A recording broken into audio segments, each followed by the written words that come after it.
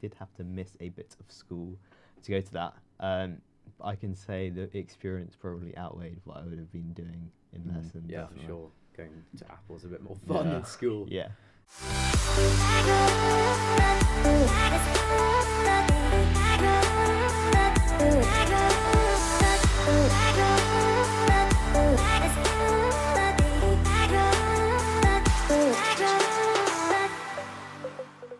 Welcome everybody to the second episode of CompSci. I'm your host Charlie Edwards and my co-host Ben Nason. How's it going, Ben? Yeah, it's going pretty well. What about you? Yeah, really good. I'd like to introduce our guest. He is the co-president of WellyCompSci, the first computer scientist scholar at Wellington, and the future of coding at Wellington. It's Arjun Naha. How you doing? Good, thank you. How are you, Charlie? Yeah, really good. It's hot today, isn't it? It's hot. Yeah. I will take my jacket off in a second. Yeah. Let's just get right into it. The first topic: how did you become the first computer scientist scholar at Wellington? Yeah, and there's a bit of a story behind this one actually. I came for an open day. I was looking to change schools. My old school that I was at was okay. It wasn't brilliant, and it didn't quite have the facilities for computer science necessarily. So I was looking around schools. Wellington was one of the schools I was having a look at. So I came in for one of the open days, and it just so happened that Mr. Hooper and Mr. Jennings were at said open day, which this year has not happened. So I guess it was quite lucky, lucky, that they were in the department at the time. And I remember my first impression of them was walking into the CompSci classrooms. And I'm sure anyone who's walked into the CompSci classrooms for the first time would have probably had somewhat of an epiphany that there are beanbags everywhere, and very few tables. And I saw Mr. Hooper casually browsing his phone, sitting down on a beanbag. We had a good chat. Mr. Jennings came in partway through, and that was kind of my first experience of computer science at Wellington. We then had a look at some of the scholarships. There's a general academic scholarship that you can get, and they also had a DT one. And so we said to Mr. Dahl, who was the admissions director at the time, would it be possible to get some sort of computer science scholarship? And he said, I'll certainly have a look into it. And then a few weeks later, we got an email from him saying that Mr. Hooper had agreed to assess me, and we'll see how it goes. So on the assessment day, I had an interview with Mr. Hooper, talking about all the coding projects I'd done, and I suppose that was it really. I got the letter on the 1st of November, still can remember that day quite vividly, in which they had accepted me to Wellington as a computer science scholar. So there wasn't any sort of exam, like extra exam or anything? So I had the exams that all the normal sixth form entries have. So I had to sit a maths paper and a maths studies paper, but there weren't any particular computer science exams. And Mr. Hooper said he felt that you wouldn't be able to showcase the skills you have with a written paper, and he felt that an interview would be a better format to try and get more information about me, essentially. Did you bring in your laptop and show him Yes. some of your projects? You did? Yeah, so I had my Mac with me, and I showed him some of the projects I've been working on recently, some of the open source projects I've been collaborating on. I think he was quite impressed. Well, he probably was. From what I've seen, you got a lot of projects and stuff. Thank you. So your old school, you did GCSE there? Yes, so I did my computer science GCSE there. It was an interesting 2 years for the GCSE. There was certainly some teaching that went on. I have to say, me and my friend, who was also quite inclined towards computer science, spent most lessons doing our own coding, programming, external projects. So that was more or less my GCSE in computer science. I suppose the only bits of the GCSE you wouldn't have probably come across before if you'd been programming, maybe with the individual sorting algorithms, But yeah. Yeah. So did you think that was a good route to take, or do you think you should have done what Will did, which is just completely skip out GCSE and go straight to A-level? So I think the GCSE was good because it does enable you to get that fundamental understanding. And while the A-level, the GCSE isn't a prerequisite for the A-level, it's very slightly implied. And I mean, all of our A-level class at the minute has done the GCSE. And so there are topics that we can safely skip over, knowing that most people know, or some of the basics we don't necessarily need to cover. So I would say either way works very well. I mean, as you can see, me and Will have turned out just fine, taking two very different paths. But the GCSE was certainly quite fun, and the exam. Our year was an interesting one because the coursework actually got cancelled for our year. Yeah, I think that happened to my brother as well. So they sort of half did it and then eventually. So it depended when your school started the coursework. We started quite early and we had more or less completed the whole thing. And then Ofcall had said the solutions have been leaked online and we'll be cancelling the coursework. And so in the end, it was 100% examination. That's kind of annoying. Yeah, it was a little bit, to say the least. So last podcast we spoke to Will about how he sort of started programming and his journey in computer science. How did you get into computers in general? So I took a different path to it actually, because I did listen to Will's journey.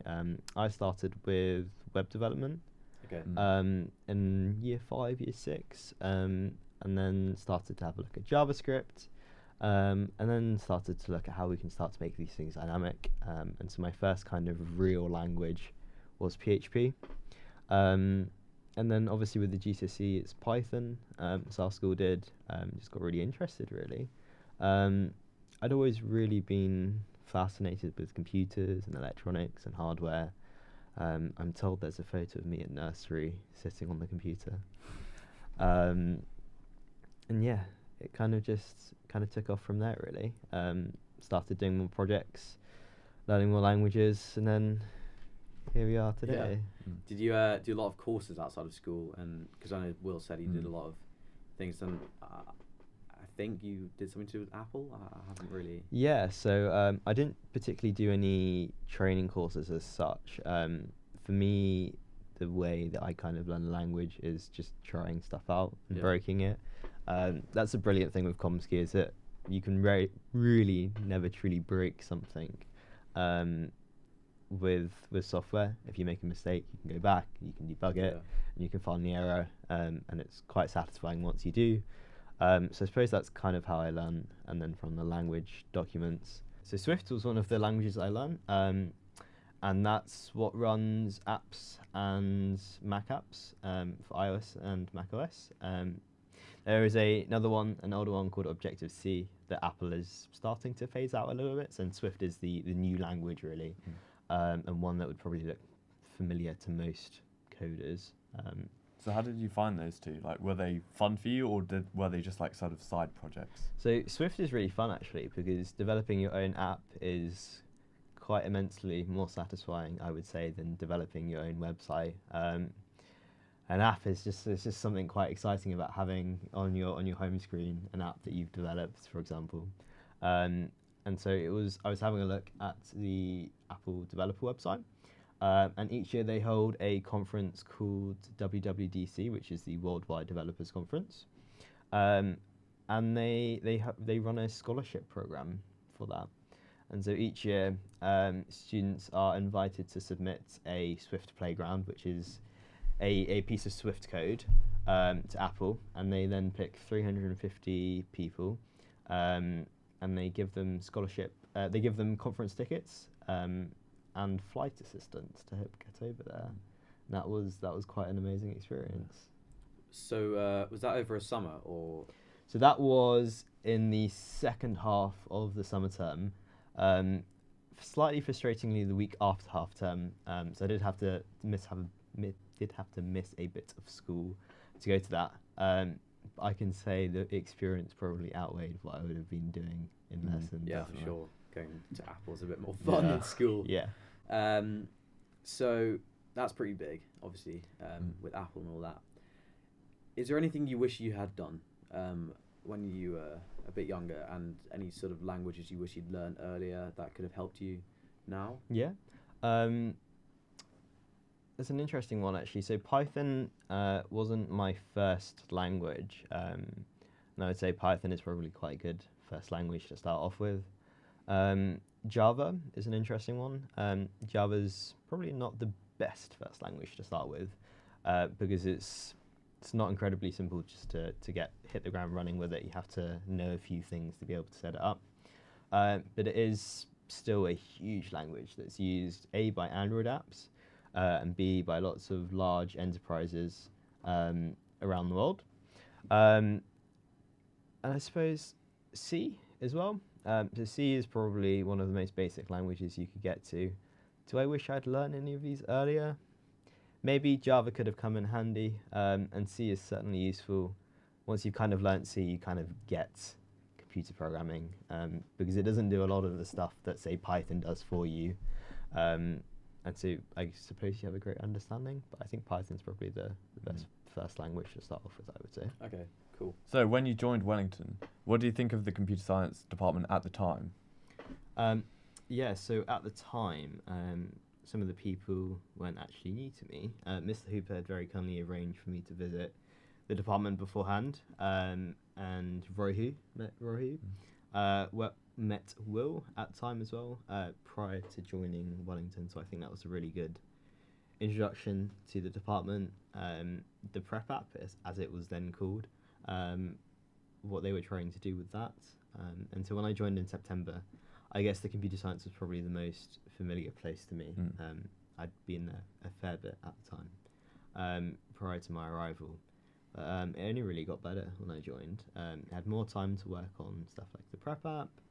Kind of an introduction to the ALevel course was really interesting, and see how it steps up from the GCSE. But yeah, it was a quite amazing first introduction to Wellington. What do you think about computer science for A-level? Because I'm not sure what I want to do. I definitely want to do it, but it's whether I have it as sort of that A-level where I possibly take it into uni. So what do you think about the course? The course for A-level is really good, actually. It's been revamped recently to include some more lower level concepts, and it's also got the 20% coursework element. So 20% of your grade is going to be a project that you from scratch design, develop, test, and review, and most of the time that is for some external client. So I think that's a really good element, because it allows you to get the experience of managing and working on your own project. The course itself covers a wide range of skills that if you do then go to do at university, you'll be well prepared. I think most university computer science courses at uni are designed that you haven't taken the A-level, so you might find the first year a bit repetitive. So if that's not really for you, you don't need to take the A-level, but it's certainly very useful, because you can then spend that first year consolidating what you've learned. So I spoke to Mr. Hooper about it. It is Python, right? The course. But he said that there is possibly a chance that you could do HTML or something, or for your at least for your your coursework. Yeah. So for your coursework, you can write it in any language you want. Okay. So most people will go with Python. That's because what they've learned throughout GCSE and A-level, and that's probably the easiest and what comes to them the quickest. I don't think Will would have done his in Python. I don't think I will do it in Python either. Python, if you're building a web app or a mobile app, is probably not the first language that comes to thought when you build these types of apps. So Will and I are probably using a language called JavaScript to do that, which is what My Welly is also built in. And you just have to justify the choices you've made. So even if you were to use some unknown language that no one has ever heard of before, or even amazingly you've created it, as long as you can justify why you've done certain things in that language, it's actually the document that's marked and not necessarily the program. Okay, cool.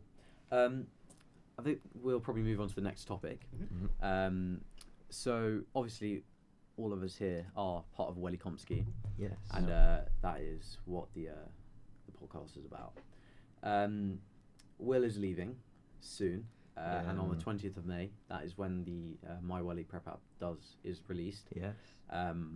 Will be stepping down as president of WellyCompSci, and I think we can all probably assume that you will be stepping up as president. Do you want to talk about your role in WellyCompSci right now, and then we'll talk about the future of it in a bit?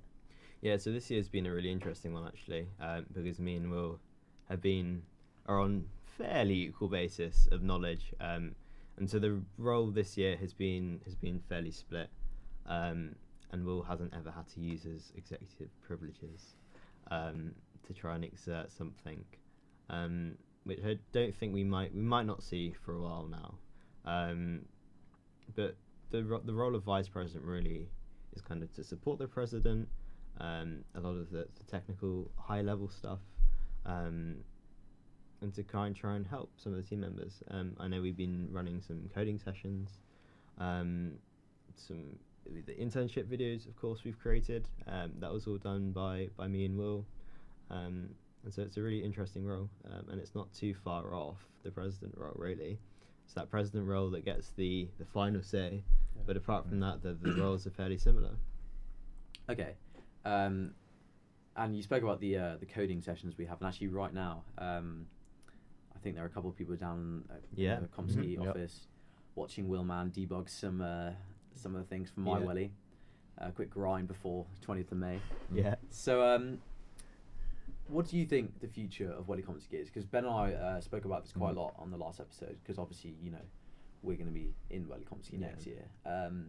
And me and him discussed a lot about obviously carrying on this podcast and starting off the year with a bit of a bang. So what do you think about? Yeah, so next year is going to be a really interesting one. So we're hoping obviously to have launched on the 20th, and we're expecting a fairly big uptake in users using My Way. I think obviously with the start of the new academic year, we're already 2.5 terms in to the year now. So I certainly think next year we can increase that even more. We can start to get people into a routine of using My Welly much more frequently, and there's so much more we can do. We've got a whole new intake of third form and new lower six, breathe some fresh light, some new talent into WellyCompSci. I think it's so great that we have such a variety of year groups within WellyCompSci itself. We have every year. Yeah. And Zara and Adam in the third form, for example, are going to be so lucky, and Keddy, of course, apologies, are going to be so lucky to be able to see that the 5 years of progression they'll be able to make, and the organisation is going to be able to make for their 5 years at Wellington. Yeah. So do you have any projects in mind for the second year? Nothing yet. My Welly is the foundational platform we tried to establish, and with the new modules feature, we've tried to build it so that it will be the future basis of any projects we try to build, because it's kind of a one-stop shop. No future projects in mind yet, but we're certainly lots of features planned for My Welly. Well, I guess having My Welly is also, it's got a bit of a, not a risk, but there's going to be errors, obviously. Yeah. And there's going to be people who are obviously a bit less technologically advanced than us, who are going to need help. So obviously, like, not a helpline, but, if people need help with it. So we've certainly got that planned. We've got a support system coming into place with that, and a help desk. So that's certainly one of the things we planned. Cool. So next year, 2019, obviously at the start, and then 2020. Big year for technology as a whole, and I think, especially because WellyCompSci now has a sort of a platform, for new people to join and do things.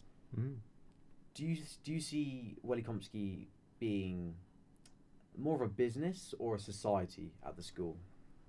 Yeah, so we're kind of a mix between the two, really.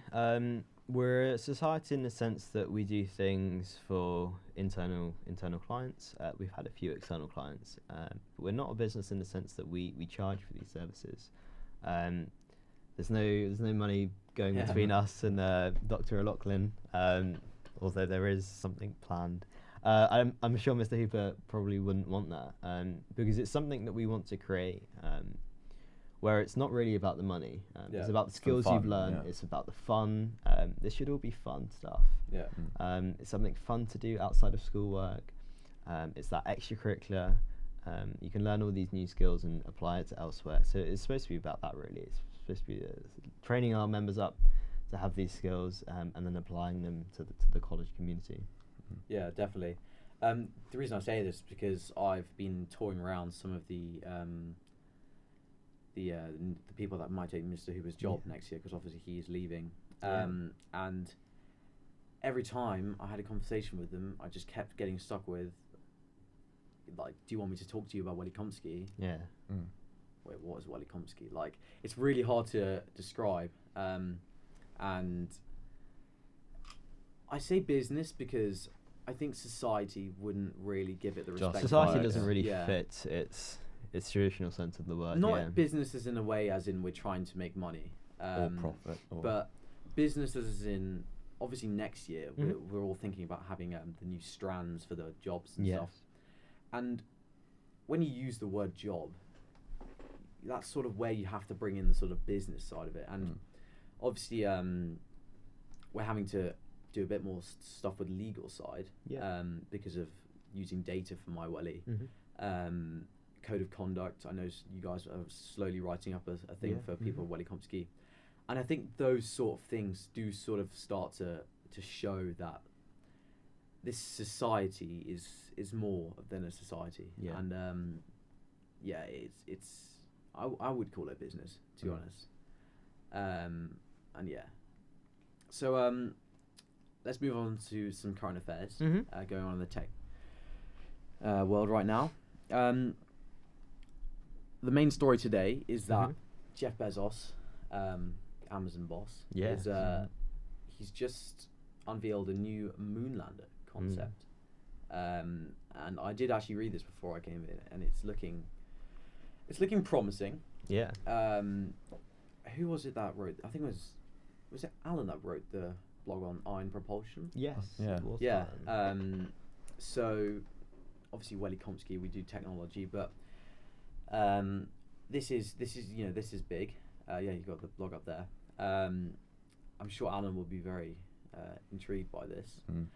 Personally, I am a Elon Musk fan. Yeah, Mhm. same. To be honest, and obviously the controversy with Jeff Bezos recently hasn't given him the best Yeah. things, but we're not talking political here. But I think this is, to be honest, anything like this is good, and it does bring a lot of exposure to the technology world. Yeah. And yeah, what do you think about this? I think it's really good. Both Bezos and Musk have really increased interest in space, really, Yeah. and exploring what's beyond our planet.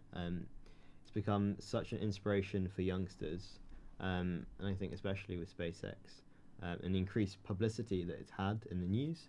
I think it's been really good to try and promote it to youngsters that might not have necessarily had an interest in it, and the fact that they're both multi-billionaires certainly helps. Also, just the competition will help speed up the process of like traveling beyond our own Earth. Oh, for sure. I mean, you've got the whole living on Mars, Yeah. Multiplanetary. multiplanetary, and if things don't go right here, and climate change really becomes an issue, then that is something that is fairly important Yeah. to the survival. Well, of I the actually human race. I listened to a podcast last night before I went to bed, and saying something. I don't want to say I know what the exact amount of years is, but it's a very low number. Yeah, Yeah. it's 12 surprisingly like low. 17, is it, or 20 To years? beyond the point of no Beyond return. the point of no yeah. return for this planet.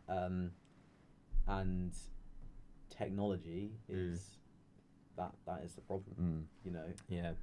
technology needs power, Yeah. and power. We is are what in really- the Yeah. the third industrial revolution, And it was only last week that the National Grid had announced it had been running for a year, a week even, without coal, which to some people might not sound amazing. Yeah. But considering we've been running on coal since the 19th century Since as a technology country, pretty impressive. started. Yeah. that's pretty damn impressive. But the problem is that we have, like, although some of us try to improve, some companies are just completely ignoring that, like VW, BMW. Yeah. They all had this massive scandal which delayed all of this. So Yeah, that's really bad. And it was certainly not a good light for those companies at all. Yeah. I actually saw a story yesterday on BBC News, and the title was "Facebook auto-generated extremist video." Yes. And it was.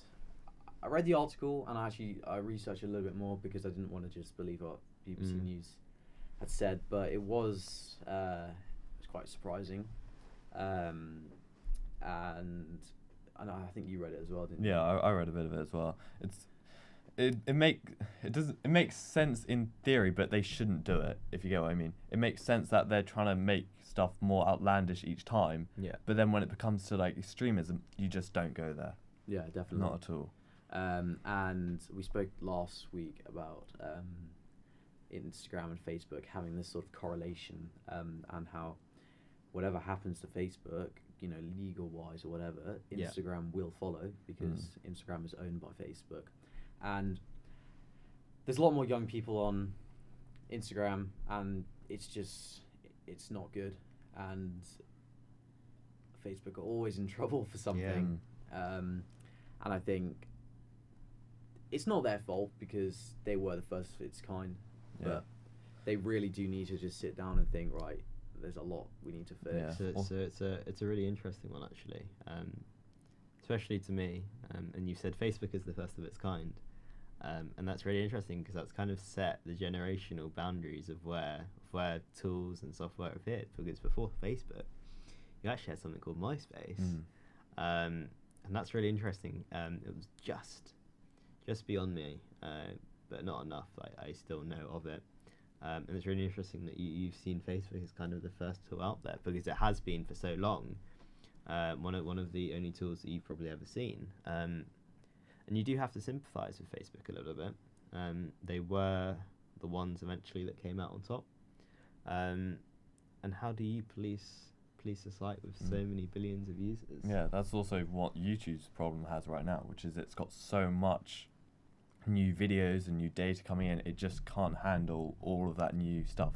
Because 1 in 1,000 would be this extremist video or some other thing that they don't want to expose to people, and then they just can't control that. Yeah, and they do say, because I've uploaded videos before, and they make it seem like they're checking it, and to be honest, I'm guessing that they sort of just hold your video off and pretend they're checking it, because it says, someone is checking your video, your video is being checked for blah, blah, blah, blah, blah, blah. Yeah. And it's, I tested it actually once, and nothing changed, There's only really so much AI and technology you can really throw at a problem. You obviously on that scale you can't have humans physically checking every second of every video and every text that's posted on Facebook, and there's only so much flags and detection that they can throw up, and even then you've got so much content that's being thrown up, you need so many moderators, which is why YouTube has the volunteers, and at the end of the day, where does the liability lie? Does it lie with the users who have posted that content, or as we're starting to see in Germany, that they will start to fine Facebook if this content is found on their site? Is that fair? Yeah. The last topic I want to talk about is something I read yesterday as well, and it was the loot boxes. So I'm guessing if you're watching this, you probably have gamed before or played a game, and we all know about in-app purchases and microtransactions and all that. And recently, U.S. Senator, I don't know which one it was, but a U.S. Senator said that they think loot boxes should be banned. And this is interesting because it started to happen in Belgium. Yeah. Belgium have started to try and control it, and China as well. they haven't done anything about it, but they've really started to advertise, not doing it, but to first of all Decrease, yeah. use your own money. And I know there's a lot of videos online of kids, using their parents' money, spending hundreds of pounds on V-Bucks or whatever, gems, and it is actually a problem. The whole iCloud, sharing iCloud with kids. It used to be a lot worse, and I've actually a friend of mine who he knows a guy who his parents lost, I think it was something like £1,500 because when he was younger he just kept clicking more gems. Obviously they got I think it's two-factor authentication, or it is now, so they have to check that you're actually buying this. But it's not good. There's a lot of people. My small little personal anecdote about this.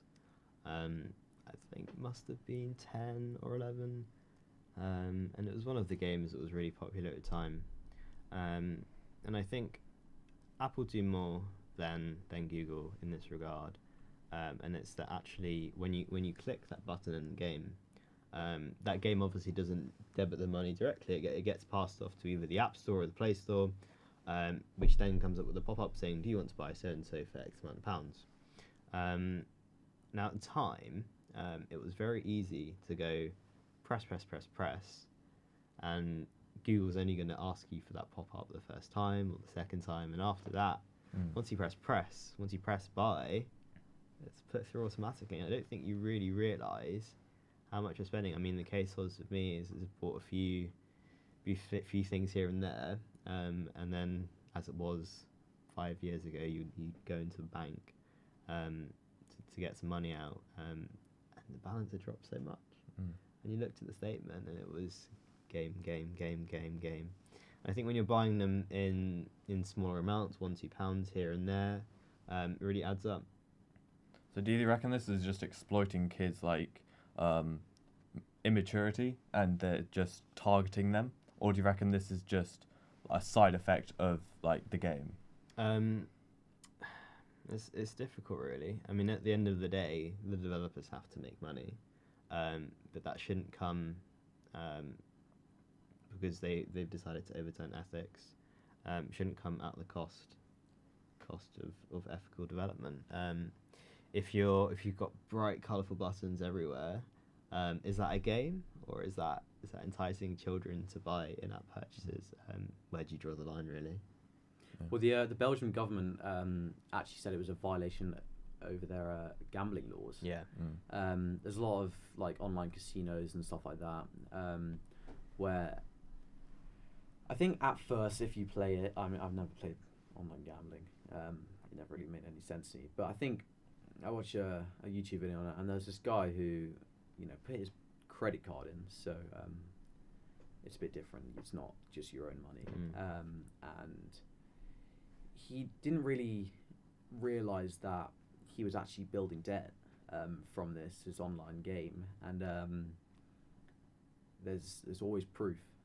All of these online sites, there's always proof that you have bought this. Yeah. And there's no way of getting out of it. And I think tech companies are pretty ruthless about it. And if they're owed that money, they're going to get the money either way. So yeah, it's not good. So there's something I'd like to bring up. Actually, didn't really have in the plan. There is a fintech company, which is a financial technology company. Was founded a good few years ago now.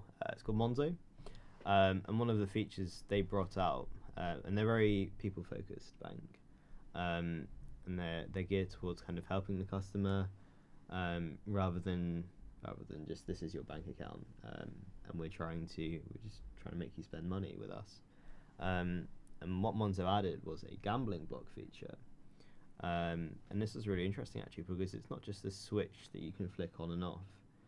You can first enable it, but to disable it, you then have to physically talk to someone and explain why you want to turn it off. So it stops you in the heat of the moment. If you're gambling, just going into the app and turning it off. And this is where we're starting to see good things happen, really.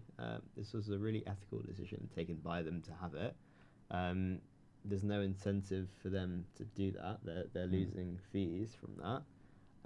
But it's a really customer-focused feature, which I think is where companies are starting to go in the right direction, really. Yeah. I've never heard of that one before. So lastly, next year, yes, I know back onto WellyCompSci, but we have Prep App, we have the future, and at College Carnival, which is where the societies sort of like show what they're doing. Yeah. What are the ideas for that? Do we have any ideas? Something in the works. Certainly got to make quite an impact here. Obviously, we've got we didn't have too big a stand this year, and it was quite an impromptu whiteboard grabbed from one of the classrooms, and starting to scribble on stuff. But even at that point, you can see how so far we've come. It was just at that time it was called Computer Science Club.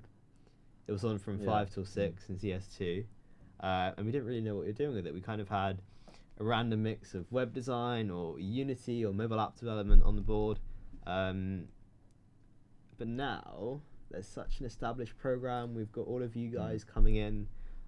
We've got such a clear focus in mind that in the space of a term and a half, maybe two, we've come so far. Yeah. Yeah, that's great.